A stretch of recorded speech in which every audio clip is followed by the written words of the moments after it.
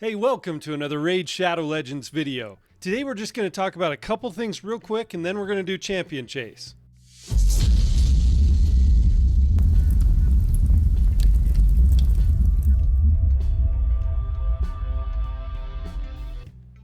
Thanks for joining me today. I promise we'll get to the shard openings pretty soon, but Robert the Wit, he asked a question the other day. He said, looking for active clan members, could you give me a shout out to join Cook the Goose? So if you're an active player looking for a clan, please go check out Cook the Goose, and then your goose will be properly cooked. All right, let's get to the shard pulls. I'm going to start out today on the free-to-play account. We did it. We got the prisms done.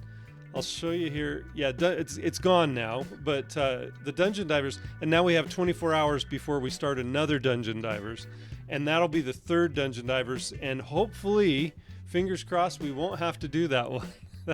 That's the goal. That's the idea. So we have 2 prism summons to do in the prism pool here for the free-to-play account, and this is a great pool of champions. Pretty much going to be happy with anything we get here. We do already have a Tagore on the free-to-play. You know what? I'm just going to leave it alone. I'm going to leave alone. I'm not going to talk about who we may not want. Okay? That's because that really is kind of the kiss of death when we're doing these summons. We did complete the Dungeon Divers, so we do have the 2 summons to do on the Prism.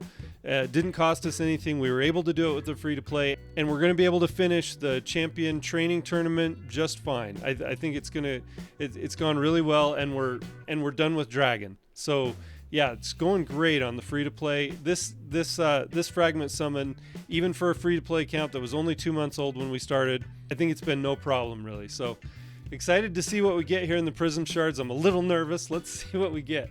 First Prism Shard coming down. We got an epic. Are you kidding me? The one I mentioned that we had. That's just... It could make one superstitious, could it not? All right, I'm not gonna talk. We have 2 Tagores now. We have 2 Tagores.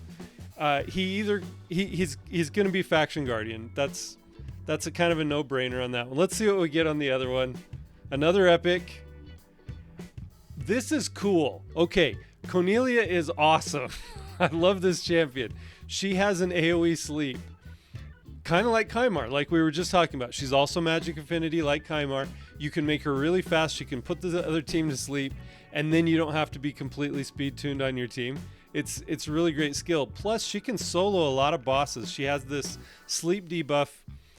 Oh, that was the other skill. Okay, yeah, this is the AoE sleep that she can do on all enemies for 1 turn. Whenever an enemy loses, and this is the cool part of that, it's not just sleep. Whenever an enemy loses a sleep debuff placed by this skill, has a 50% chance of replacing it with fear debuff for 1 turn instead. So if they take any damage, or, you know, like let's say you have a poison on or HP burn, and they take damage, instead of just the sleep leaving, there's a 50% chance they get a fear, okay, instead, and it replaces the sleep. And so then they still have a chance to lose that turn. It's a really cool skill, and she also does she places a sleep on either herself, if she's in the lead, or whoever's in the lead of your team, and it heals by 100% when that sleep comes off. When you're really early game and you go up against a solo Cornelia not knowing what she's going to do, and she keeps sleeping herself and then healing by 100%, oh, if you can't one-shot her, it's maddening. And then sometimes you have to quit the fight, and so they get a win that way on defense. Yeah, she's really cool. I'm really excited about this. And I love dwarves, and they love me. So this is great. This really solidifies our dwarves here also. She's awesome. And speed in all battles by 18%. Great champion. And then she has a chance to reduce your cooldown of a random skill by 2 turns. So just, yeah, she's a fantastic epic champion. Really happy about that. And like I said, I couldn't have been unhappy unless we had gotten a dupe, which we did. It's crazy. I don't know how that happens. It's not my fault. It's not my fault. I didn't do that. So if you look up here, 12% chance to get a legendary champion, 88% epic, and we have a 10 times on Legate Teox. I'm looking forward to this. I know it's a very remote chance. 10 times it's a very remote chance, even if you pull a legendary, that you're actually going to pull the champion that's on the 10 times. The problem with these Faction Unity champions is they're only available on these special events. So let's go ahead and let's see what we get. So we have 500 points already from the 2 prisms for the championship. I'm going to go. Let's make sure. Let's just make sure we're at 2,500 for the fragments. Yeah, we're at 2,500. That'll give us the 15 fragments. We already have our gems here now. That must have been at 500. Yeah, it was. Okay, and I went back. Okay, so we already have 500. So we need 2,000 points. So if we get 2 legendaries, I'm gonna stop. Okay, we're just gonna open sacred shards. If we get 2 legendary, let's get 2 legendaries in a row.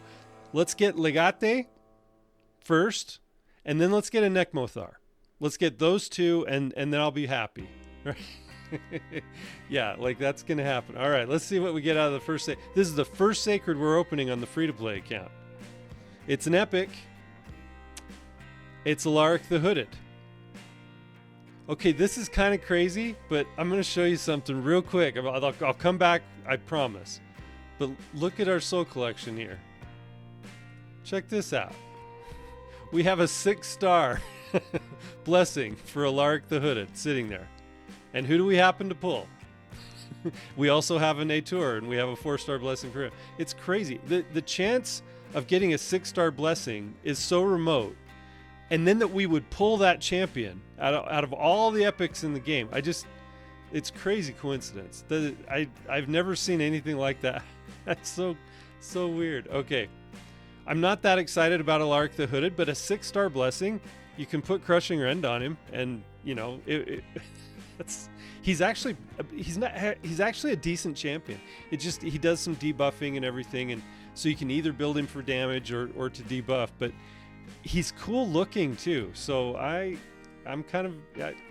actually a little excited about that. We should be at 750 points now. Let's go. Let's see what we get out of the second one. This is so weird. Another epic. Okay, Baroth the Blood-Soaked. He's a pretty good HP based champion. He has some interesting mechanics on his skills, and does decrease attack and decrease defense on the same skill. It's on a single target though. I've used him on my main account. I've used him a little bit in Centranos, so he can be useful. And so that gives us. So we are at 1,000 points. Okay, let's go. Let's see. Let's get a legendary. I mean, we can't be. Another barbarian, a Vala. I think we actually already had a Vala on this one. She does all the shield stuff. Yeah. She ignores shields. She places shields. She does more damage under shield. Shield maiden kind of focused champion. All right. Let's get a legendary here. Come on. Okay. Logic Falconheart is an interesting epic. He can place a shield that can be kept up on your team indefinitely throughout the fight. So it's a 2-turn duration shield, and once you get it booked, it's on a 2-turn cooldown. So he can keep the shield up all the time. And so if you're using a strategy like that for the Scarab, that he's one of the few champions that can make that work. All right, so we are at 1,500. Oh, that's what happened. I hit the go button. We're at 1,500. We have the 5 fragments. We need 1,000 more points. 1 legendary. 1 gives that to us. We have 2 sacred shards left. 1 sacred shard, 1 legendary gives us that 1,000 points, gets us up to that level. Let's get it on this one. I think we'd like to save one, shall we? Now.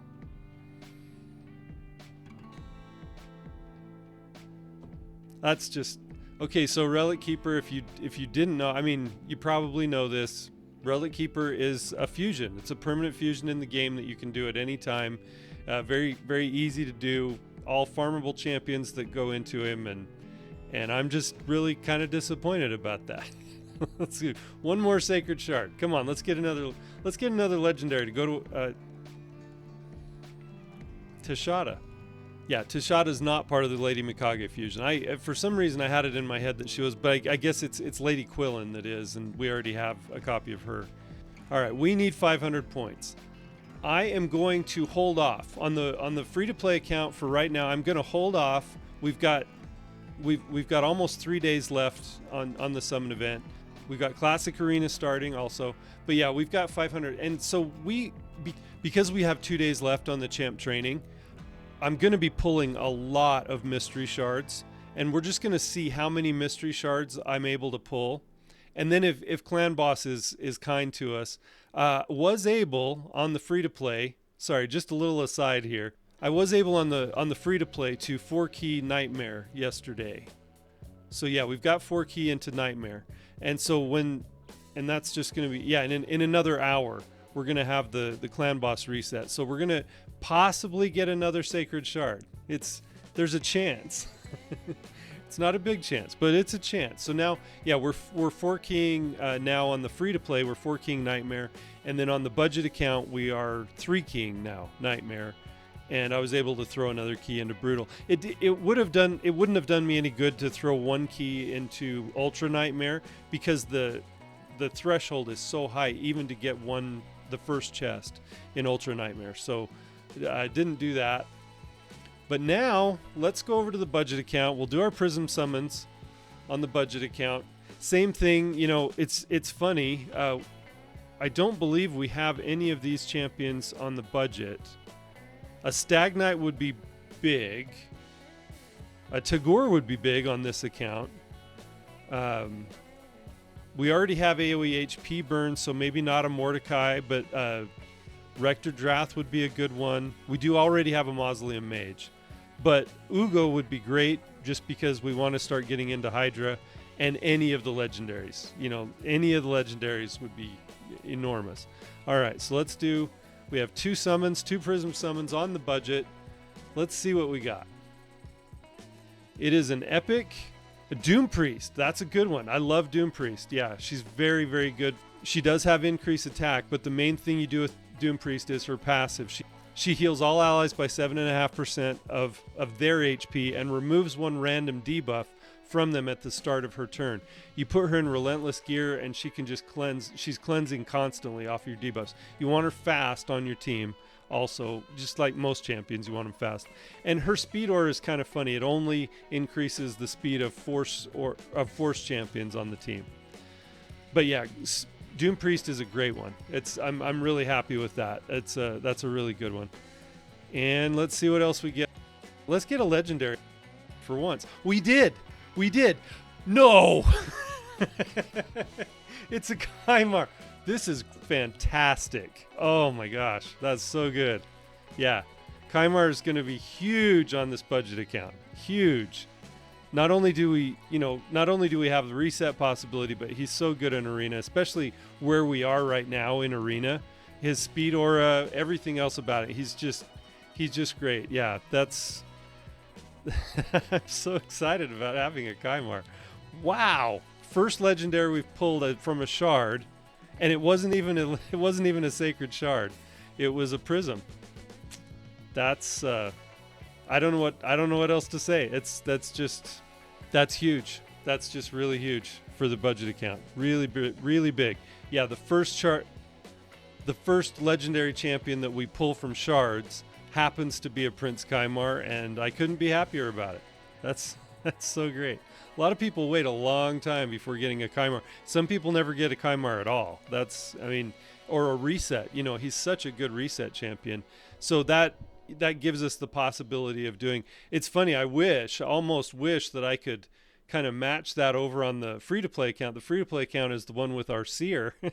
So it would be nice to have something like that on the free-to-play account also.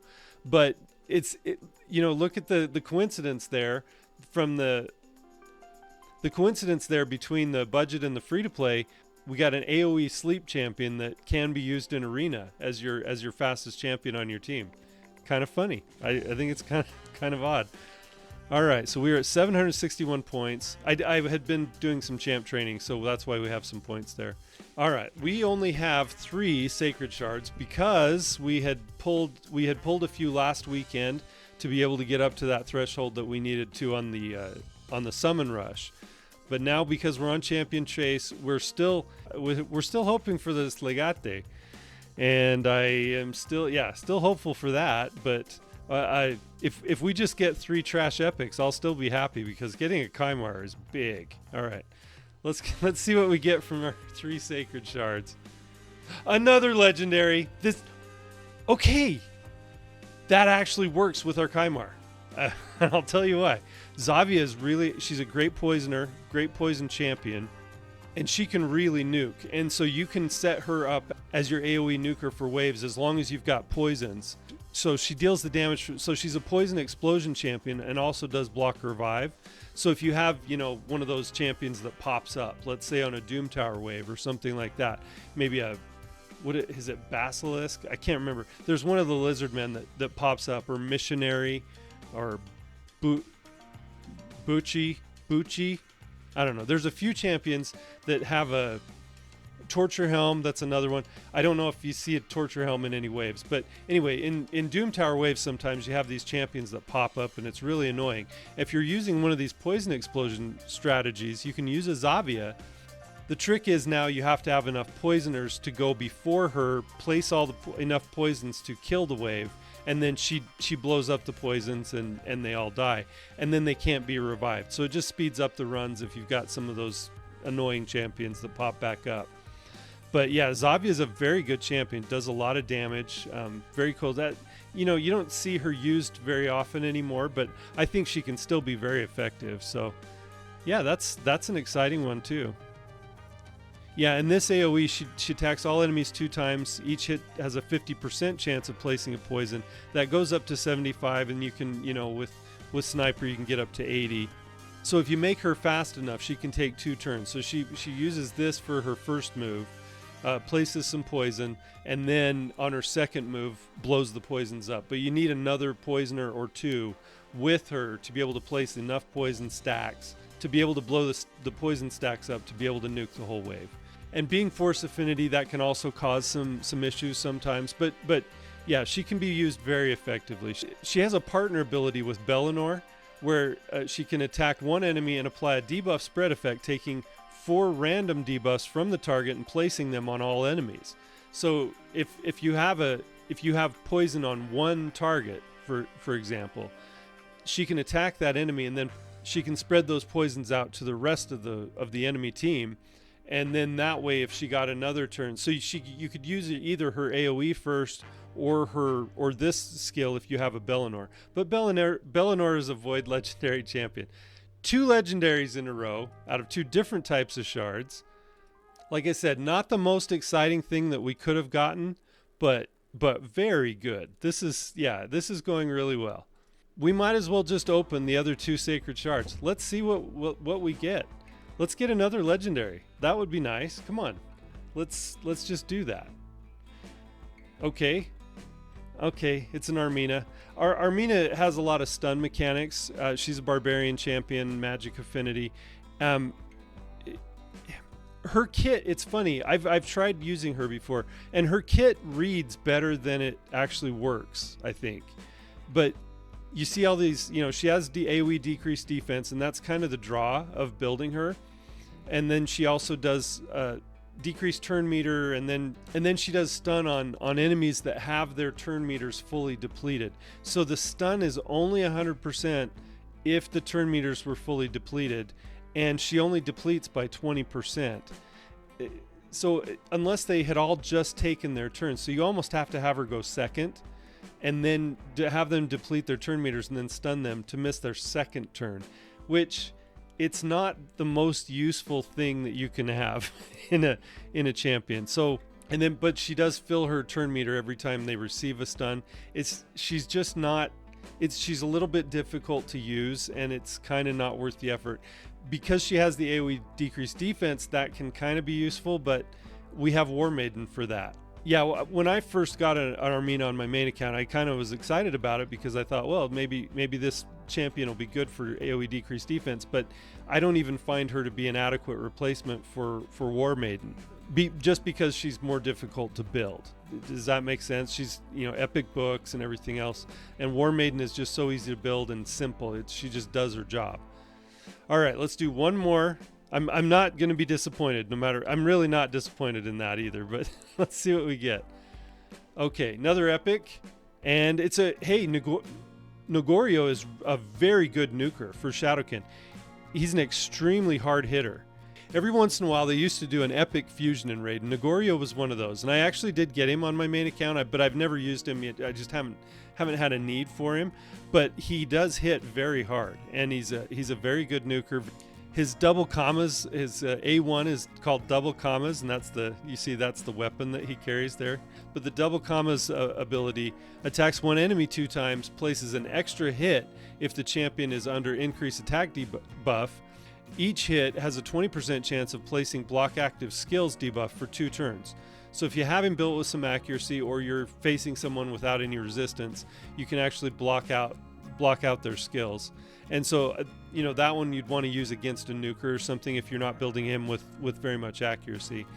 His A2, Abduct by Night, attacks one enemy, places block buffs debuff for 2 turns.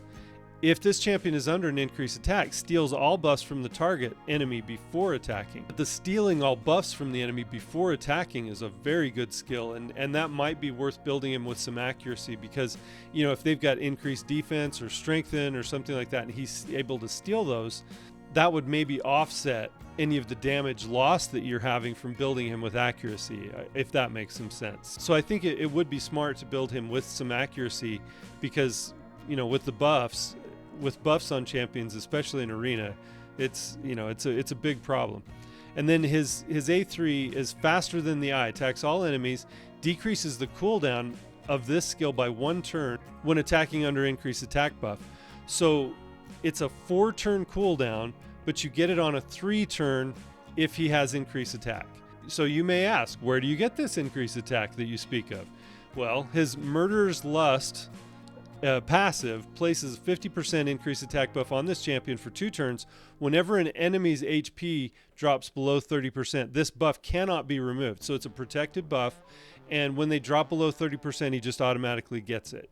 So if you start out maybe doing his A1 or his A2, and then he gets that increased attack, and then that increased attack feeds into the rest of the skills. I would bring my own increase attack and have that, whoever that is, faster than him, so that it's definitely on before he takes any of his attacks. That's just my view of it. And then he gets a new increase attack renewed, and it's protected the next time. All right, so we did pretty well. We did extremely well, actually, because we got a Kymar on this budget account. That's pretty good for the first champion that you pull from a shard to be a Kymar, and then to get a Zavia as your second legendary pulled from a shard. So now we have 3 legendaries on the budget account now, with our Adlan and now Kymar and now Zavia. Zavia, Dark Elves, that's going to make Dark Elves a lot easier, and I just love her eyes. She's got those violet eyes. Isn't that beautiful? It's just like Elizabeth Taylor. Now, more red than Elizabeth Taylor, but beautiful. Beautiful eyes. So let's take a look and see how far we are. We're about in the same place with fewer shards. No, we're almost 1,000 points away. That's probably too many mystery shards to pull, but I will be pulling quite a few, and I'd like to finish it off with mystery shards. I'd like to save our primals, our voids, our ancients. I may pull a few ancients, but we don't have an extra chance. They could all be rares, and you don't get a lot of points for rares. But I'm going to stop there for right now. I'm going to think about, how I want to handle things. And then over the weekend, if we get another sacred shard from Clan Boss, then we'll probably have to pull that too, just to be able to get those 10. I want to be able to take care of the 10 because I don't want to do the last Dungeon Divers, or maybe not do the last artifact enhancement either. We're still involved in the artifact enhancement that's going on right now, but there's another one coming. So I think that's where we'll end things for the free-to-play and the budget today. Now, I do have on my main account, so this is my main account, there's a red border around it. So I differentiate sometimes when I flip back and forth between my accounts. I put a border around a couple of them, and the free-to-play always has a green border. My main account, when I use it, has a red border. If you're not interested in anything that happens here on my main account, which I totally would understand, I've been playing for 3.5 years, so it looks almost, I mean, it looks like a pretty end game account. And so you may not find that interesting, but, and I'm going to go for and I'm going for the fusion on this one as well. But if you're not interested in that at all, totally understand. Thank you for joining me, and I appreciate you. But if you are interested, here we go. Let's pull our, for the main account, an epic, a Stagnite. That's a dupe Stagnite. I will be empowering my Stagnite some more. I think I've got him at maybe a +2, I think. So that could be huge. +3 maybe. Let's see, another epic and another Cornelia. Very good. I actually haven't used Cornelia very much on my main account, but I'd love to. I just never got around to it. But yeah, she's a great champion, and YST did some really cool stuff back in the day when she first came out. He figured out how to use her to solo Bommel and solo all these different bosses. He's a very smart guy. Really like his channel and what he does. I have 17, so we're at 500 points now. I have 17 sacred shards. Would really like to get this Legate Teox, but I know that's a remote possibility, but I actually think I'm pretty close to Mercy. I mean, we have a double chance, a 12% chance, but I think I'm pretty close to Mercy. It's been quite a while. It's been a lot of sacred shards. I don't use RSL Helper, so I haven't been keeping track that way, but I have 17. They're behind me, trust me. I know you don't see them, but there's 17 of them behind me. I'm going to go till the first legendary book in this tournament. So let's just see what we get. All right, it's an epic. It's a Trumbor. I'm actually using Trumbor on the budget account, and he's a pretty good champion. I like him. He does some cool stuff. So, yeah, I like that one. Not something I'm going to use. Oh, what do I get? That's so weird. I got the Incarnate. That's the last fusion. I did skip this fusion. I skipped the Incarnate fusion, so I got her anyway. Wow. Well, that was a good skip then. It would have been High Elf Faction Guardians. I don't have any of my legendary Faction Guardians filled out, so she would have been. Yeah, that would have been a double, but no, I just didn't have the time or the resources to do the Incarnate fusion. So that's weird. Okay, well now I have her. So we're up to 1750 points, and I think let's get another legendary. Come on, let's get the Legate. No. Got a Ripper. One more. Just one more. This is it. This is it. Trunda. Ah, it's my first Trunda. That's so cool. That's my first Trunda. Okay, that's all right. I'm okay not having the Legate. You know what this means, though? They're going to nerf the Trunda team now. Right after I get her built. It's just, that's what happens. Whenever I'm able to build one of the really cool high damage Hydra teams, they nerf it. That's just what happens. And I'm really nervous about it. I love Trunda. And you see the trend here. I love dwarves and they love me. And Trunda has always been one of my favorites. And I've never pulled a Trunda before. This is my first one. I'm stoked. I'm stoked to build a Trunda, but but I know the second I build it, they're gonna nerf, and it's gonna be my fault. It's gonna be all my fault when they do it. So I'm not excited about that possibility, but I'm really stoked to have a Trunda. That's so great. So great. Where are we at? We're at 2,000 points. All right, so we need 2 more legendaries. yeah, I'm going for it. 2 more legendaries. Let's go for 2 more legendaries.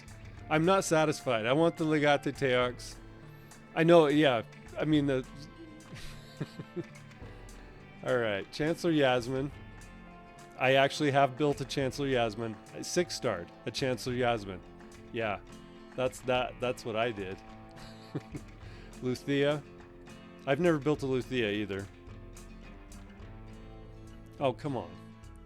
Annex is good. I'm gonna empower my Annex.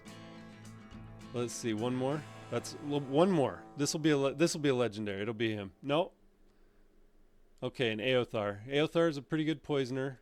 hits pretty hard. He's a decently hard hitting epic, and he can be useful early game for clan boss as your poisoner damage dealer.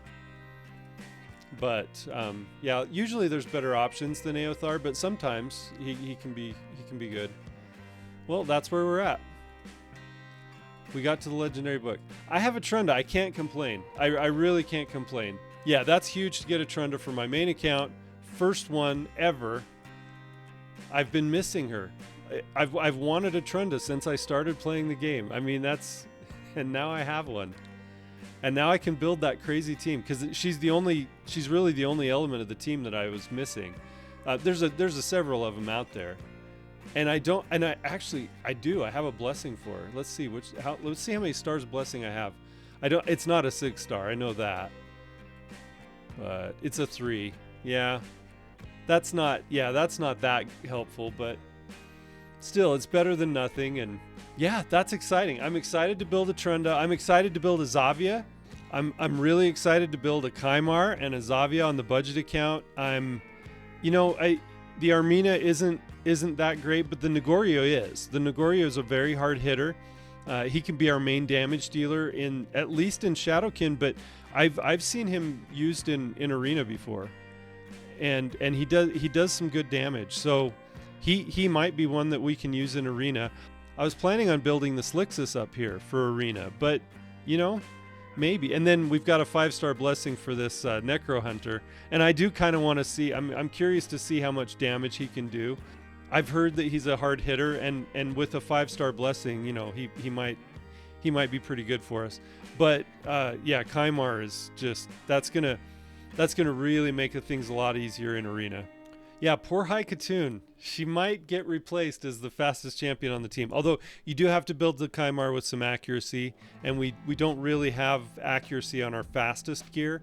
So I might be able to work something. We'll see what we can do as far as builds go. On the free to play, I think it'll be great to have an Alaric the Hooded. I really do. He does have. I'm just going to show you this skill real quick. Let's see.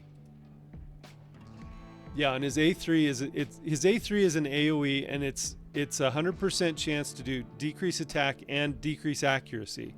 If I had him with 6-star and crushing rend, that might be a good entry into Hydra. And if we can build enough resistance on some of our champions along with the decrease accuracy, and you always need decrease attack in Hydra.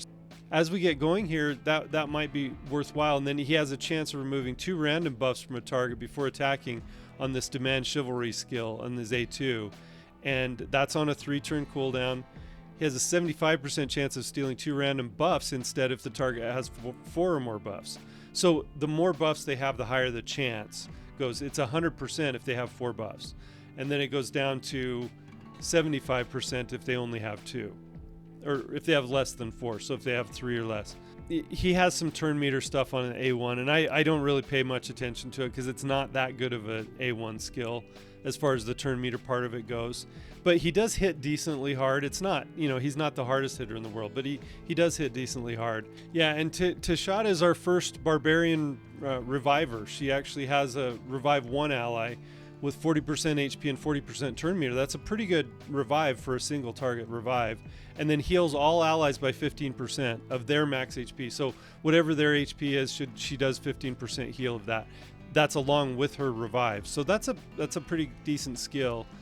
She also has 3 times at random weaken, and it's the big version if she's ascended, I think. Yeah, it's the big version if she's ascended. And yeah, and her A1 skill has always really puzzled me. Like, why would you have a chance of placing a buff on yourself? And it's not even a team-wide thing. It's just one increased defense buff on herself. That's it. So she has a 50% chance of placing a 60% increased defense on her Savage Fury A1. I don't really understand that, why you wouldn't just place that buff, but that's the kit that they have. And then she increases ally speed and faction crypts by 20%. So she's a faction war champion pretty much.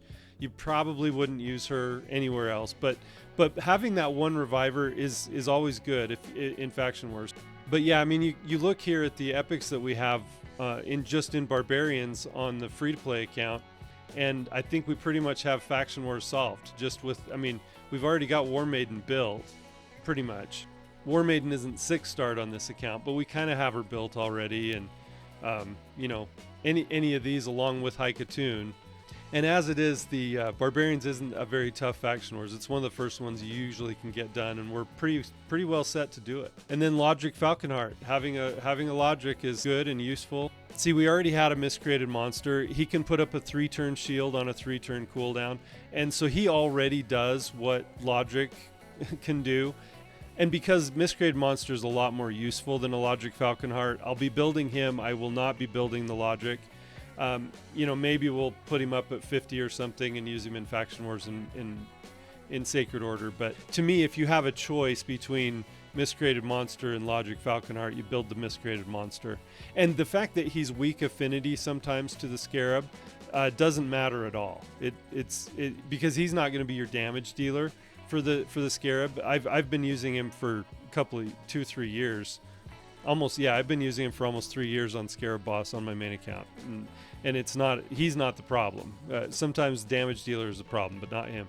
If you're making that decision between, you know, Miscreated Monster and Logic Falconheart, I think you go with Miscreated Monster every time, just because of the other added utility that he has with the stuns and everything else that he does with the ally protection.